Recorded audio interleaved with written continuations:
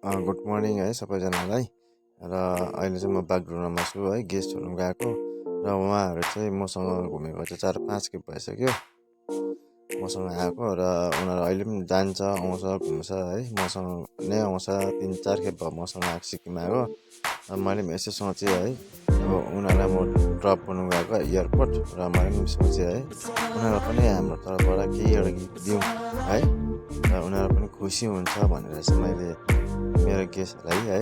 मैले एउटा ठुलो दिनु नसके तापनि एउटा सानसानो है गिफ्टहरू दिएँ है उहाँहरू पनि एकदम खुसी छ फेरि पनि अर्को सालमा आउने भएको छ उनीहरू है मसँगै घुम्छु हुँदैछ र हाम्रो जति पनि सिक्किमको छरेर बस्नु गुरुजी साथीभाइले पनि दिनु सक्नु भयो भने ठुलो नभए पनि एउटा सानो गिफ्ट दियो भने है टुरिस्टहरू खुसी हुनुहुन्छ र उहाँहरू सिक्किममा आएर घुम्छ